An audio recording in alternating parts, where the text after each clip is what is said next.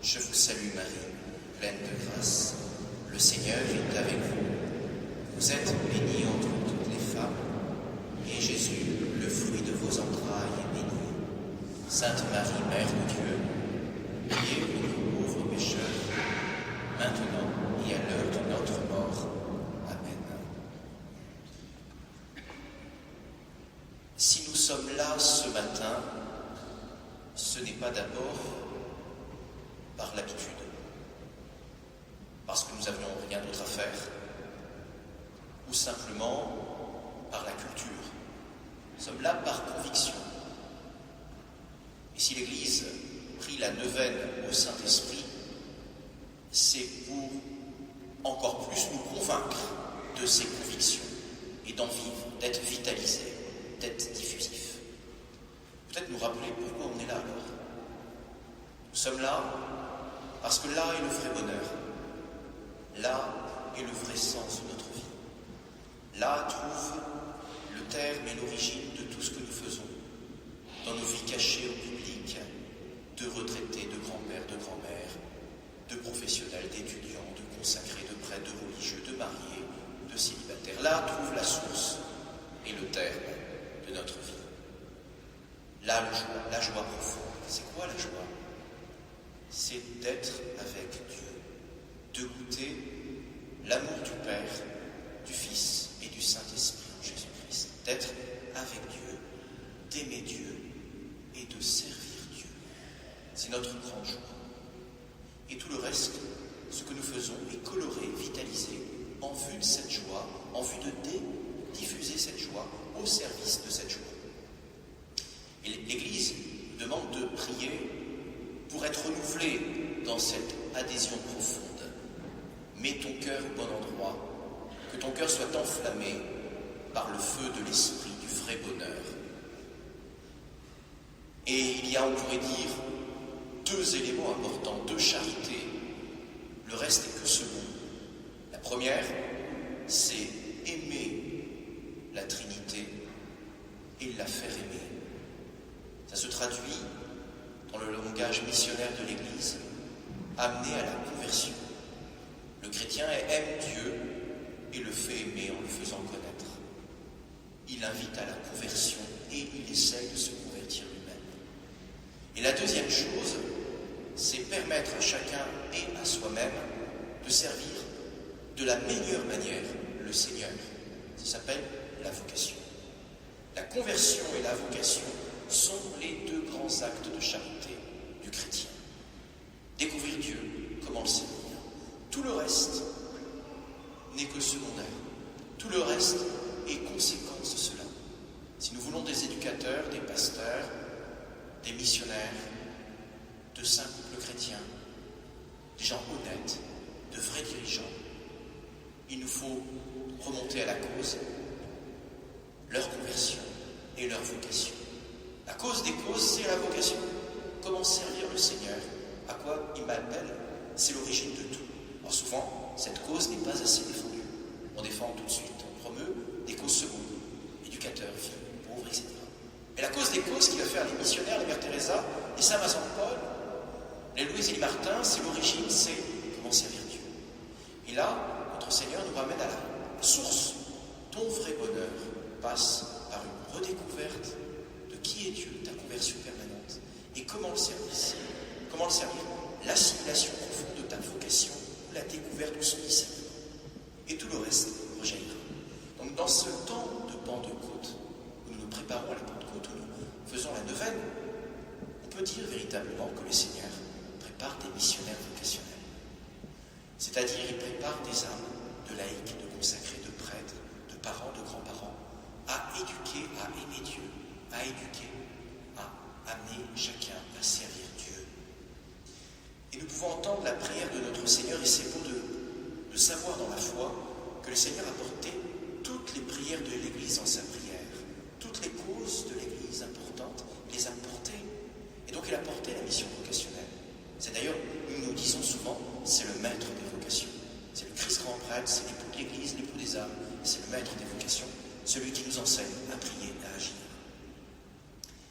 Notre Seigneur d'abord nous invite à prier pour l'unité.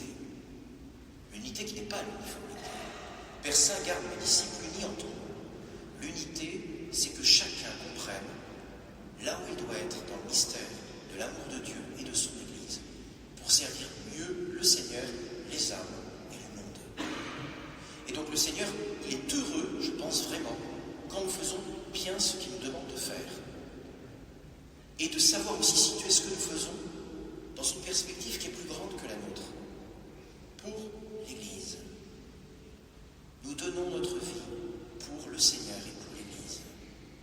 Pas simplement pour la prospérité et la descendance. Pour l'Église, c'est un âge adulte dans la foi. Quelle que soit notre vocation, nous sommes utiles à l'œuvre du Seigneur. Et quand il prie pour l'unité, je pense vraiment que le Seigneur veut que tous les acteurs, tous les chrétiens soient solidaires dans le sens « soutenez-vous les uns les autres dans la mission ». Soutiens la mission de ton frère, ta sœur, quelle qu'elle soit. Il aide à la diffusion de mon nom et à chacun qui puisse servir le Très-Haut. Voilà ce qu'est la prière à l'unité, dans le feu de l'Esprit. Et il veille, le Seigneur, à ce que chacun d'entre nous ne se perde pas. Ne perde pas son temps dans des choses secondes. Combien de jeunes, parfois, sont dans des choses secondes, ils perdent du temps dans la recherche de leur vie, du sens de leur vie. Il faudrait leur proposer la question vocationnelle, la connaissance du Christ quand on ne connaît pas le Seigneur, la conversion. Et quand on sait tout cela, parfois on est dans la compromission, on est désœuvré, on pourrait dire, à la manière de Montfort, on est mondain. Et le Seigneur, il prie pour cela, pour éviter cela. J'ai veillé sur eux et aucun ne s'est perdu. Pour qu'il n'y en ait pas qui se perdent, qui s'égarent. On s'égare faute de lumière, on s'égare faute de chaleur, de ferveur, on s'égare faute de communion et de sens ecclésial. Le Seigneur nous demande et il nous prie pour ça. Vous voyez, la prière que nous faisons, c'est d'abord la prière de Christ, avec nous, et c'est bon. Je voudrais m'adresser aujourd'hui plutôt, non pas d'abord aux jeunes, tiens, ça change, mais aux aînés. Si vous le sentez dans votre cœur, vous pouvez devenir des missionnaires vocationnels. Ça, c'est une conversion tardive pour ma vie de prêtre. Maintenant, c'est clair. C'est clair pour tous, pour moi. Beaucoup sont appelés dans cette cause, à servir l'Église.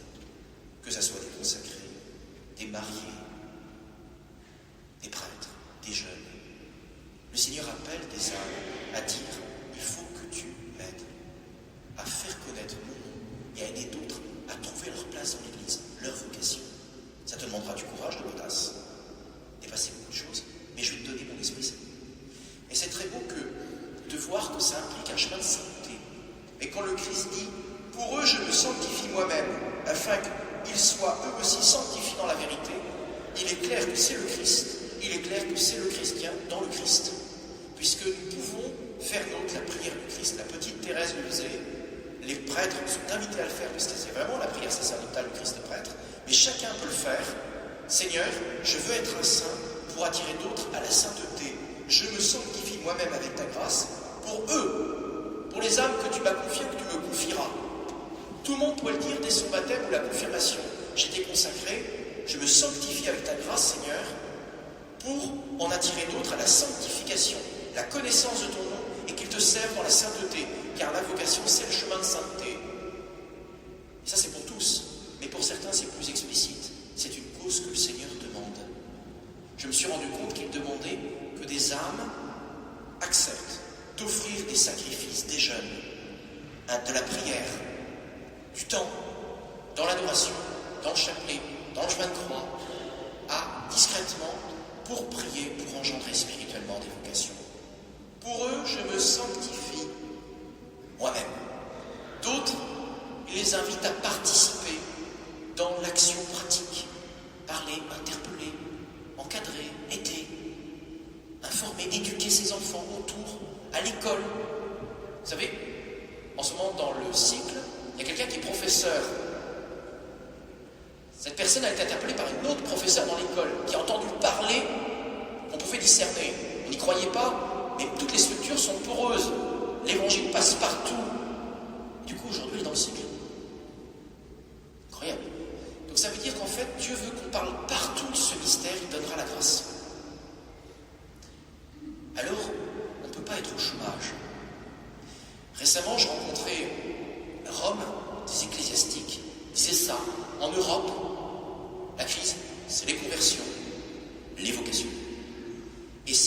les Européens, les Français, nous, diocésains de Luçon, nous prions pour demander l'Esprit Saint, c'est pour que le Seigneur nous donne des missionnaires.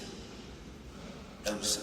Nous n'irons pas forcément tous loin, mais là où nous sommes, pour diffuser ça, la conversion et la vocation. D'ailleurs, aujourd'hui, on entend un récit de vocation. C'est Matthias. Ils aiment tous le Seigneur. Et le Seigneur va en choisir certains pour des missions particulières. Moi, je vous invite vraiment à demander la grâce en plus de désirer être missionnaire, d'être disponible à comment le Seigneur va vous prendre. Si tu pries le Saint-Esprit, attention, c'est dangereux. Tu vas être pris par l'Église. L'interpellation au service missionnaire va arriver. Si tu ne veux pas, ne prie pas. Mais si tu pries, le Seigneur travaille ton cœur à la disponibilité. Ça va arriver. Ça va être bien. Donc ça, c'est pour les missionnaires. Mais pour même pas les missionnaires, ceux qui ont les destinataires. Et les missionnaires se convertissent dans la mission. Nous en sommes témoins. Mais les destinataires, combien ça fait du bien à un jeune ou à moins jeune d'entendre que le Seigneur, il a un projet de vie pour lui et qu'il l'aime. D'entendre que le Seigneur, dans le chemin vocationnel, qui sera long, il y a une construction d'hommes, de femmes, de cohérence. Il y a un chemin de sainteté. Et que là vaut le coup de risquer sa vie. Ça fait peur au début, il donne des grâces de lumière, de confiance, d'abandon, de courage, de persévérance. Et on voit l'effusion du Saint-Esprit, cette Pentecôte missionnaire vocationnelle, se faire dans l'œuvre. Incroyable. Donc c'est vrai. Donc nous devons diffuser ça. Vous savez, au fond, la prière de Jésus, c'est la prière de l'époux. C'est la prière de celui qui est l'époux des âmes et qui dit « Venez à moi, vous tous qui croyez. J'ai soif. J'ai soif de ton âme, de te montrer le chemin.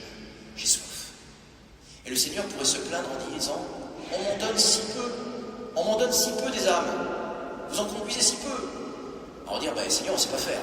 On aimerait bien t'aider plus. » Mais le Seigneur, il est fort, il dit « Vous allez m'en donner plus et je vais vous aider. » Il faut qu'ils entendent que j'ai soif d'eux. Et des fois, les missionnaires se disent « Mais on ne sait pas parler. On ne va pas y arriver, Seigneur. » Et le Seigneur pourrait dire « C'est pas grave, faites-le quand même, ça va passer. » Et dans les faits, c'est ça. C'est ça. Parce que le Seigneur a soif et qu'il prie sans cesse. Incroyable. Donc que font au fond les chrétiens dans cette neuvaine? Ils prient pour se rappeler leur vrai bonheur, être avec le Seigneur, servir le Seigneur. Et le Seigneur veut en faire des missionnaires. Et il est le premier à leur montrer. Et il prie.